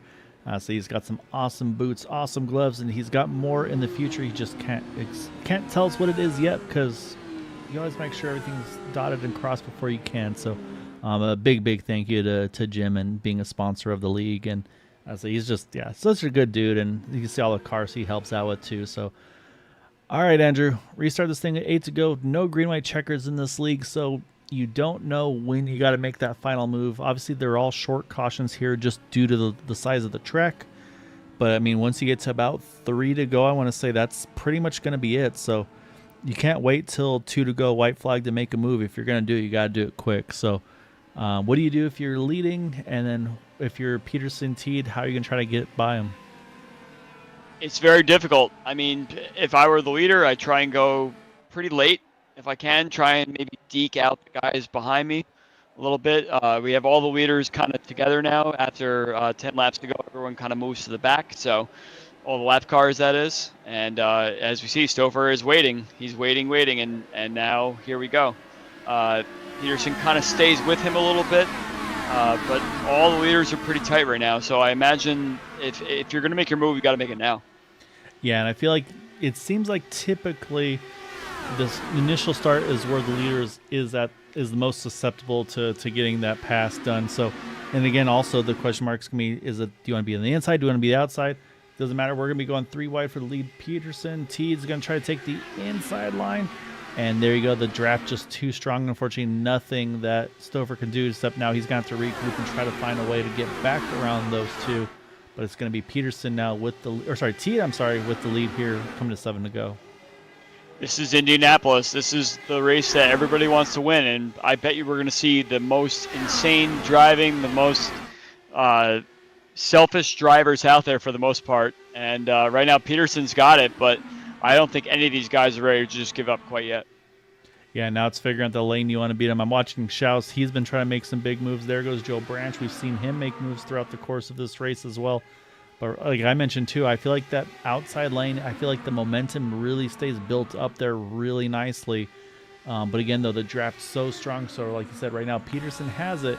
But as he comes out of 4, you're going to see Teed get that huge draft. He's got to try to make a move. Stouffer's going to try to go 2. We're going to go 3 wide again here, entering turn number 1. Stouffer had the outside line, so he had a lot of speed coming out of turn 4, and I think he's going to get the inside line. I think Stouffer's going to have this going through turn 2. We'll see. Teed's going to have the outside line. He's going to have the momentum now out of 2. And we'll see. Watch Peterson. Watch Joe Branch here. Peterson might be able to make the 3 wide move as well. They're going to stay 2 by 2. Joe's thinking about that 3rd lane. Again, 3 wide here, entering turn number 3. This is the most selfish driving that I've seen all race, and that we both seen all race, and all of our viewers as well. And everybody knows it's time to go. And if there's anybody that's going to make a move right now, I saw a little bit of smoke to the back. Looks like everybody's pointing in the right direction, so we stay. Oh, we got a lot of cars going to turn 1. Where did Nick DeGroot come from? He takes the point in the 89 car. Yeah, I think he was kind of on that high side going through 3 and 4, and he had so much speed as everyone got tight coming through the exits. Here goes Stouffer. Stouffer's going to jump back up top there. A little bit further back is a gaggle. You got Forsyth there. You got Hobson, Schaus. Peterson's got swallowed up a little bit. Matt Wagner's right there. Contact. Around. Oh, no. I think Peterson got a little tight on the exit. I think this might be the end of the race, unless we may have like a 1-lap shootout. I think it's going to be a quick shootout. Herrick does line back on his wheels. That car still somehow drives. He's going to try to get this thing back to pit road. Forsyth looks like he's had to tow. Let's go back and see exactly how this all unfolded. Because, yeah, we just saw Craig snap around. I'm wondering, was there contact, or did he maybe just... Yeah, Peterson had contact with him, because I think he tried to take the line away from him. Oh, yeah, you can see it right there. Try to get a slightly better angle. Here's a good shot of it from the back. Yeah, they kind of... Craig was trying to go up, and Peterson was maybe trying to keep it pinched down a little bit. And surprisingly, actually, it was the inside car that happened to. And then you can see behind there, I think, saw one car with maybe a little bit of nose damage. And once again, Daniel Durazo, he's going to have quite the view in front of him. We'll check that one out as well. But I think it was... I saw one car with a little bit of nose damage. It was Schaus, wasn't it? No, I don't think it was... Or it might have been Wagner, actually. Wagner's missing a piece of his front wing right now. Okay, so maybe Matt. And there's... Oh, no, it's the further back. Who is... Oh, Casey Putsky. Putsky, yeah. So, all right, so we're going to go back here because I want to see this from Duraz's point of view because this is going to be pretty wild as well. Here, we'll go at speed.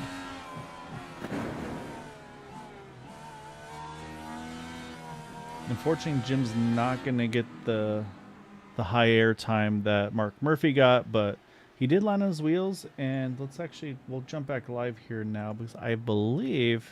I think we should watch the move that DeGroot put on. Yes, that's actually really good. That's something we really need to check out because he came off turn 4 in an incredible way, and just there was nothing holding him back from taking those spots. So we're gonna follow here DeGroot. So we'll pick up a say. Unfortunately, I'm not able to go back lap by lap, but what we'll do is these guys are gonna run super fast right now here, Andrew. We're going to run a little fast forward here. A little bit of slot car racing. Yeah, a little slot car racing. And we'll watch Nick DeGroot. These guys going about 300 miles an hour or so at the moment with the fast forward. But then, yeah, like you said, I mean, yes, I mean, he's sitting in about 6th or so place. And so I believe is this next lap or so here, like you mentioned. And the thing I've mentioned at one point before, there's this Nick DeGroot line that I like to call where he can just run higher than everybody and then, like you said, get the clean air and get these crazy exits. So I think it's not this time around. It's going to be next time around where he gets this huge run out of 4. So, again, apologies I can't go lap by lap. It would be a lot easier if I could. All right, I'm watching, and we got some time still. So right. Keep it going. So, but I believe this is going to be the lap. So he's going to get around Hobson here. Or are we going one more? Yeah, so it's actually one. There's the contact I saw. There's one that got the wall there. And actually, no, that's actually right where it was. He just kind of slotted the middle. He's done so much clean air coming through turn 4 there that just it all opened up for him. Yeah, so we'll watch this now at speed here. Actually, let's hop on here with the roof of Nick DeGroot. So these guys are all watching each other. Like, all right, we're gonna block this. We're gonna block this. Nick's like, all right. Oh man, that is needle threading and then some. So we're gonna jump back live because they just got the one to go, and you're exactly right here, Andrew. It's gonna be a 1 lap shootout because we're 2 to go here. We're gonna restart in 1 lap. So what do you do now if you're Stouffer? Again, we saw him wait last time by. It didn't really work out for him. He still got swallowed up. This is... You want to try to catch him Here's sleeping. The thing. Yeah, I was ready for this because it was to go late before and try and see how much that actually worked out. Wagner is... I don't know what just happened to him. I just happened to be on board with him, and he kind of went into the grass a little bit. But anyway, if I were Stouffer, I would go early now. Just catch everyone sleeping, and try your best to just get the best advantage going through 1 and 2, and hope that there's not enough draft to come through turn 3 and 4. I think that's the best thing you can do. A lot of snaking. I think your best bet's to go early. Catch everyone sleeping and get that advantage as best you can and snake, just like you said. So I think that's the best move for him. Let's see what he does. So it looks like I think he's hoping for an accordion here because it looks like he's gonna wait because he's yet to go. And so we're gonna watch here on the far chase right now. Us at the start finish line. Now he's down and away, and yeah, DeGroot is all over him here. It's very tough to do the late start because all you're doing is making it that much easier for guys that are back in P3, 4, 5, and 6 to even have a run going down the back straight. And as you see, it's all bottled up now. Yeah, so again, this is the white flag lap. So Stouffer's going to have to protect here on the inside. DeGroot's going to get a great run here, and then we'll have to watch a little further back. Look at Schaus here. He's going to try to make some big moves. He could grab a podium after all this is said and done. Now it's going to be who can get the run out of 3. Oh, T gets a lot of dirty air through Branch, and T loses a lot of time there. So now it's just 5 guys going for it. All right, so now it's about who can get the best draft here. You can see Stouffer, he's trying to protect all he can. Watch for... Oh, my goodness, it's going to be... I think DeGroot there. Oh, at the line, a little bit of bump from the teammate. And I think it is going to be Nick DeGroot there getting the win. We'll go back and we'll check. And you saw Stouffer, he tried to run as low as he can to prevent the draft. But let's take one more run here down the start-finish line. We'll get a better shot of it. You can see right there, he jumps to the inside, tries to block as best he can, and he tries to jump back up top there. You saw DeGroot try to react there. I mean, they were as tight as they could be. But then at the line here, as they already went past the bricks there. But I mean, you can see here a little bit past the bricks though.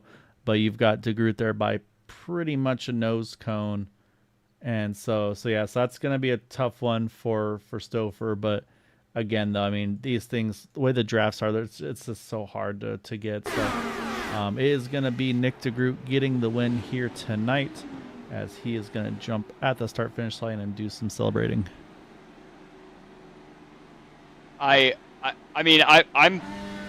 my biggest thing on that last couple of corners is the fact that Branch was able to hold on to third, because he had no help coming out of turn 2 whatsoever. Everybody kind of snaked down towards the inside, and there was absolutely no draft that he had, and somehow he was able to keep that advantage over T going through turn 3, and T had nothing he could do there.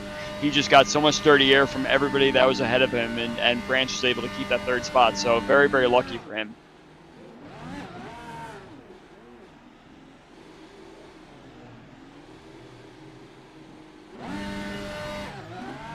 So you're watching DeGroot here celebrating. While we do that, we can pull up the official results, as it will be Nick DeGroot by 6 thousandths of a second, Andrew, over Stouffer. Joe Branch there, another 6 hundredths back there in third. Eric Schaus does recover all the way to fourth. Hobson there grabbing a top 5. Teed Peterson 6th and 7th, obviously not respective of the pace they had tonight. Matt Wagner 8th. Mark Murphy does recover, jumps all the way up into that 9th spot, so great recovery for him as well. And then you've got Hugo Galaz top 10, Nick Wheeler, Jim Herrick. We saw, unfortunately, Jim had that late incident, but still brings it home in 12th. Edson Santos, Casey Putski, and Daniel Durazo there. Durazo the first of those, 1 lap down. And then Rick Sanchez, Joseph Morales, Craig Forsyth, unfortunately, they're 18th. Just not the finish he was looking for in the end. And then Bill Colley, Mason Mitchum, Jeff Heisong, and then Shaken Coker, unfortunately.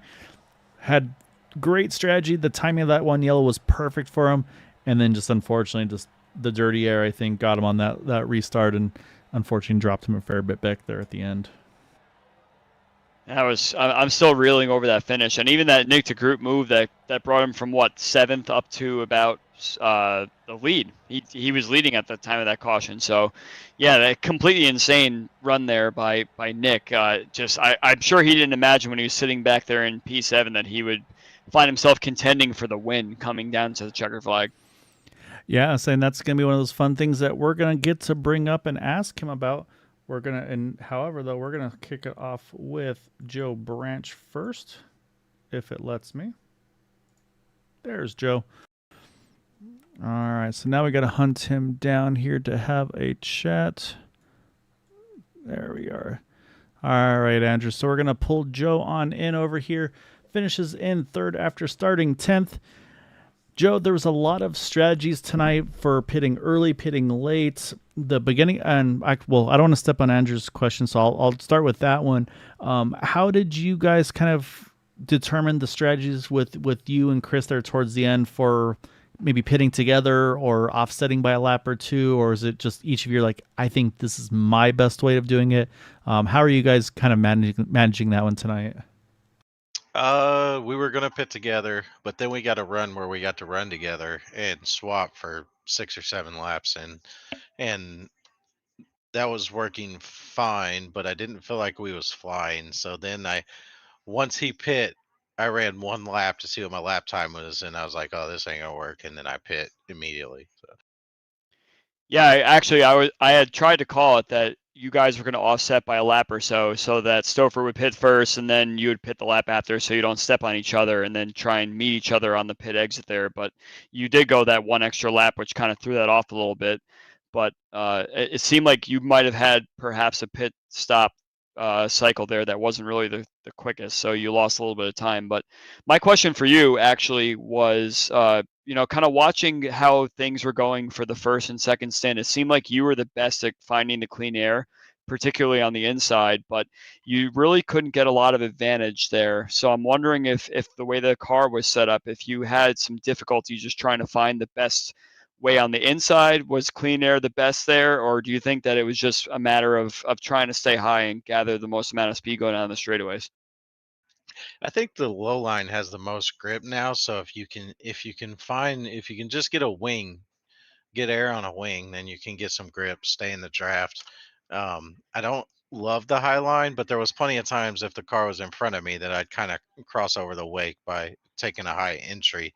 But I think gone is the days, at least with this setup for the last couple of years we've had, where you could just run super wide and keep momentum. I think it's a little more realistic now that they've changed the grip levels. Well, it's actually interesting you say that because I was just talking right before we pulled you in here about how on the last lap you were stuck on the high side coming through two, and you had absolutely no help whatsoever going down the back straightaway because everyone was trying to keep it very tight. And you somehow managed to keep that position going into turn three, which allowed you to kind of keep that momentum going on the high side. So I think the high side worked for you in three, not so much in turn two. And did you feel like you might have lost something there when you're coming down the back straight, coming out of two there when everyone was on your inside? I knew there was people down there. I was not wanting to get freight trained, but then I was able to keep my foot in it from exit all the way through three.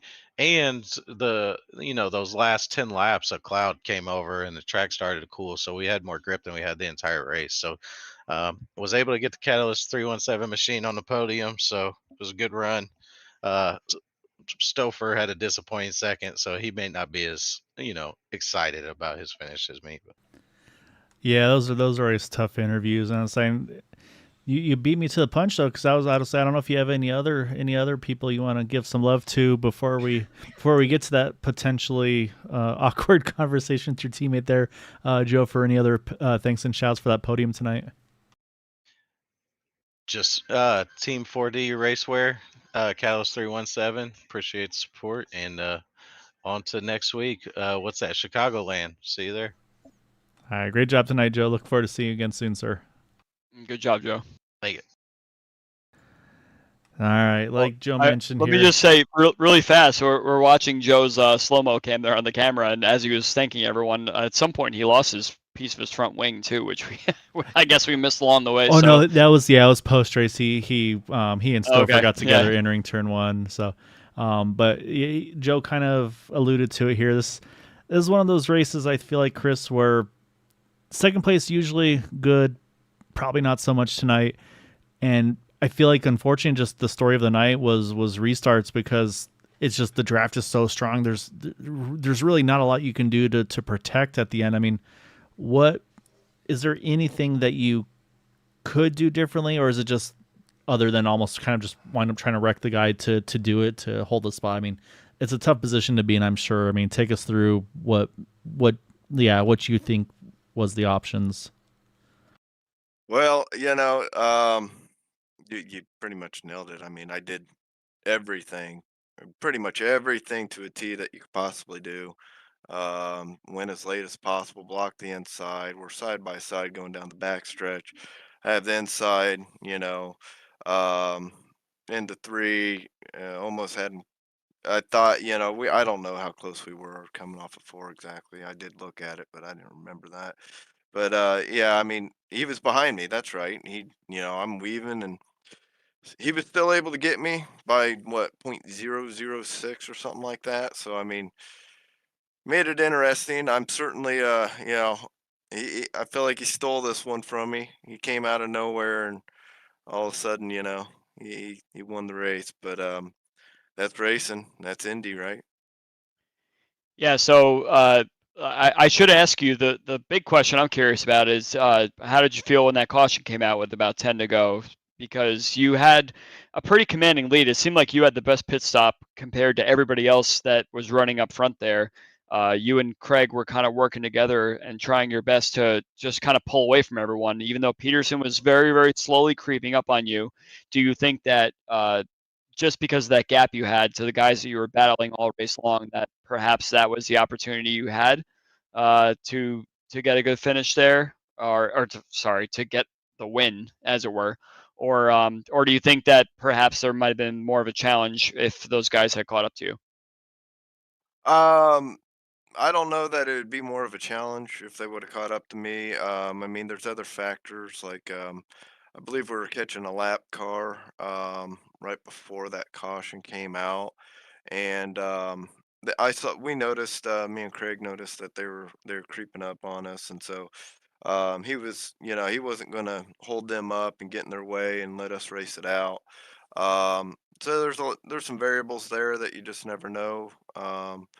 I think that, in the end it would have been, those three cars running for the win at that point. Um, you know, um, how'd I feel when I saw the cautions come out? I certainly didn't want to see any cautions. I was happy where I was. I was up front most of the night, and at one point early in the race, I did hit the wall pretty good, and had to use my fast repair on the first pit stop. Um, but at that point, it was just, we're all in the same strategy. Fuel saving didn't really matter, so it was just all out. So just tried to get up there, lead laps, have fun. It's a bitter one to lose. It was a close one though. Yeah, so this is one of those ones. I mean, obviously you look at points and all that, but yeah, this is one of those ones. There's definitely no points being looked at on that, unfortunately. But either way, though, Chris, I mean, still you like I said, like Andrew's saying, to me, you were on it from start to finish. Like I said, the pit strategy was spot on. You guys had a really you were so close, probably just a couple tenths away from breaking that draft at one point too. So, yeah, definitely nothing to hang your head on, man. It's tough, but again, I think it was a great job by you, managing everything you could. Just yeah, unfortunately, those restarts there's not a lot you can do with that as a leader. It feels like just again how strong the draft is, but. Yeah, a hell of a job though still tonight, man. Like I said, definitely don't hang your head on it, but want to for sure give you the floor. Any thanks and shouts for that runner up tonight. Shout out to 40 Racewear. I got 40racewear.com for accessories. They got nice boots, gloves, things of that nature. And Area 51, you guys up here in the booth. Thank you for broadcasting us. Hopefully we put on a good show for you tonight, and I'll get one of these wins one of these days. I feel like I'm always in here talking to you. I'm second place, so feels like it's been a while since I've been in winner's circle. So hopefully I can pull one out before the season's over. But hats off there to Nick coming out of nowhere and robbing the win. It was a good race though. It always is with him, and yeah. Wow, great job then, Chris. Yeah, look forward to seeing you back on the podium here soon, sir. Thank you.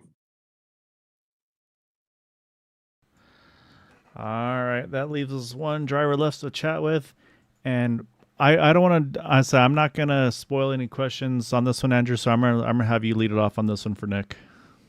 Ooh, that's a switch. Okay.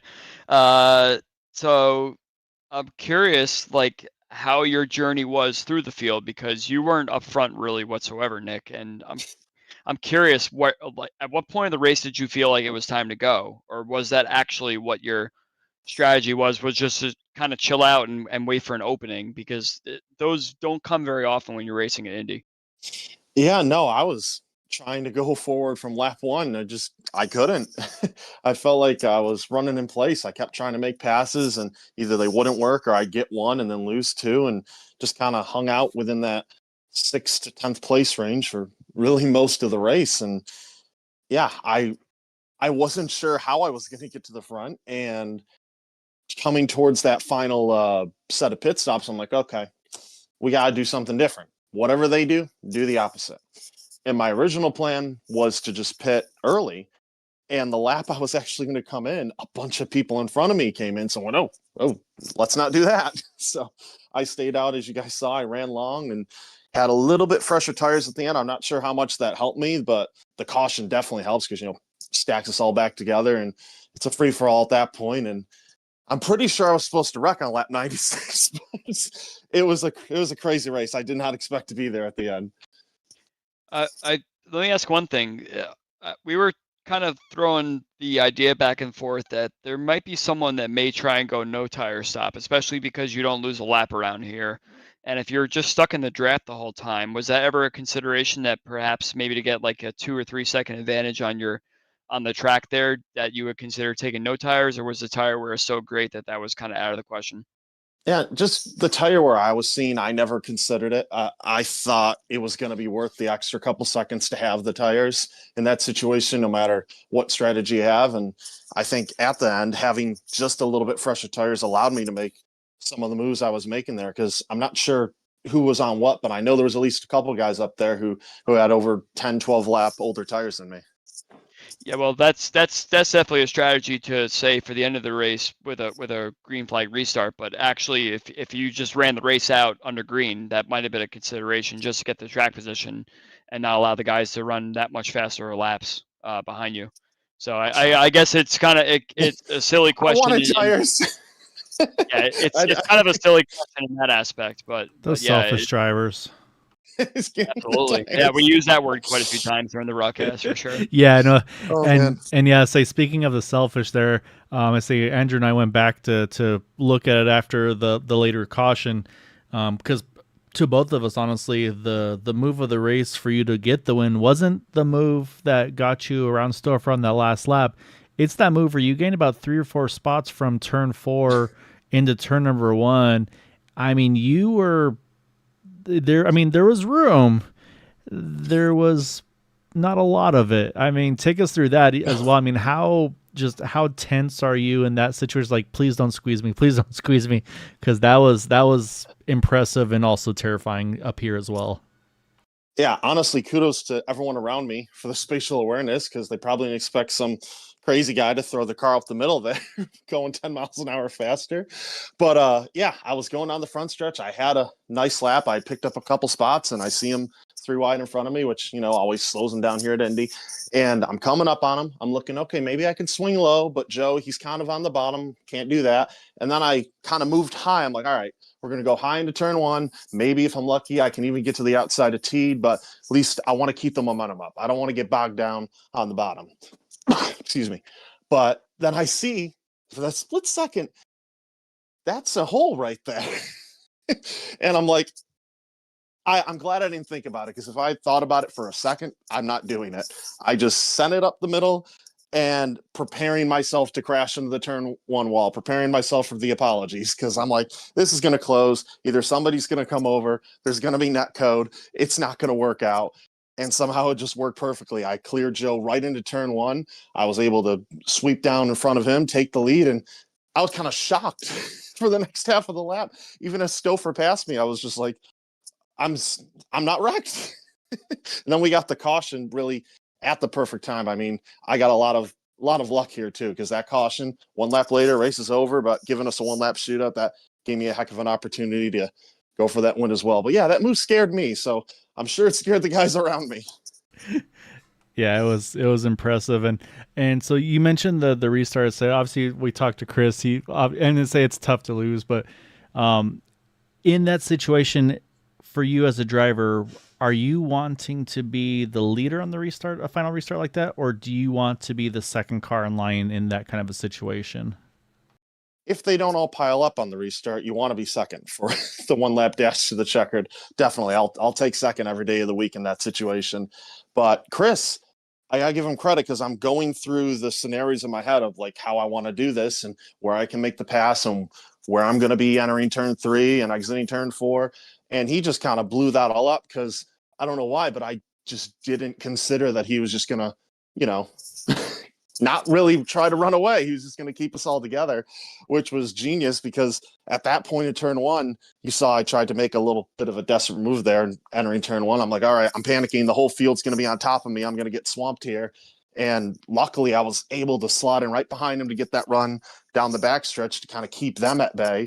And then exiting turn 4 with Joe, he was coming. I kind of had to come down on him a little bit. There was barely a car length there. I'm like, I got to get behind him. I got to get a sniff of that draft, or there's no chance. You got to get that momentum out of turn 4. So in all these situations, I had just what I needed and nothing more. And at the line, I don't even know how close it was, but it looked like it was only a couple thousands. It was 6,000, so you were spot on there. But yeah, I mean, there was a lot happening here at the end, and yeah, it was a hell of a job for you tonight, Nick. And I mean, I love this track. Yeah, that's like no this track's definitely treated you well, and I mean you've got a knack on these things where just you find the right move at the right time. Or we always kind of say like never count Nick out, because even if it doesn't look like you're going to have a good race, it's like you always find a way to pull something out, more like 9 times out of 10. So no, hell of a job tonight, man. Go enjoy this one. But before we let you do, as always, definitely want to give you the floor for any thanks and shouts for that win this evening. Yeah, thank you guys, and thank you, Chris, and everybody there. That was just an awesome race to the finish. And I've done hundreds of races here. Been a part of dozens of photo finishes, maybe more, and it never gets old. Even when you're losing, it's always exciting here. So I love this place. I'm hope my team's happy, because I haven't really given them the checkered flags this year. First win of the season, but no better place to get it than Indy. So thanks to everybody who continues to support me here at Factory Back Motorsports. Excuse me again, from motorsport.com, covimore.com, Canvas Shoes, and just everybody else. It's awesome to get a win. Now I want to go get another one. All right, man. Well, go enjoy this one, and then we'll look forward to seeing you try to grab some more and see what you can do the rest of the season, man. Congrats again. Thank you, guys. Congrats. Thanks. All right, Andrew, that is our race winner as we watch him do some more donuts. Man, I mean, wild one tonight, I feel like is the best way to describe it. We had the 3 cautions throughout the course of the race. Obviously, unfortunately, the one big one kind of right during the pit stop cycle really shook things up for a lot of guys, and the two late ones. But yeah, I mean, the whole point of it, Stouffer was up there a whole bunch, Hobson, Teed, Peterson. It just, you just didn't know. There was no knowing where you had to position your car in those closing stages to try to win this race. And like you said, too, everybody's getting really greedy at the end. And so Nick put a big gamble, and it paid off. And that's why we see him celebrating right here. I mean, you could just hear the passion in pretty much all their voices. Maybe Stouffer is a little bit upset, but there's still a little bit of this is the track that everybody cares about. It's not really a season opener, season finale, a critical point in the championship at all. But Nick said it best there, that I want to win Indy. It's just one of these tracks that if you know you're good at it and you know the best way to get around, this is the best one to go for that win that you've been longing for many races now. And it kind of, you can almost kind of see the championship momentum is swinging a little bit, and some guys that have been dominating all season are now kind of on the back foot a little bit, where they felt like they might have had a buffer, but other people are coming into the fray now, and that just means that this is going to get more and more excited as we continue on.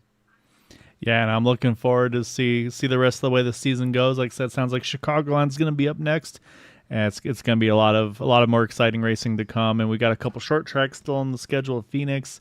I'm looking forward to it. And I can tell you that Eric Schaus did close that gap a little bit more in Mark Murphy. It's down to 50 points between the two of them now. So, and then it's a tie for third with DeGroot and Wagner. So so definitely don't count any of them out either. So it'll be fun. Andrew, as always, man, it's a pleasure doing these with you. Looking forward to getting back in the booth with you soon. Everybody that watches and supports us here at Green White Checkered TV, really appreciate you all being a part of this, and too makes it a lot of fun to put on the show for you. So until next time, as always, though, take care, stay safe, have a good night.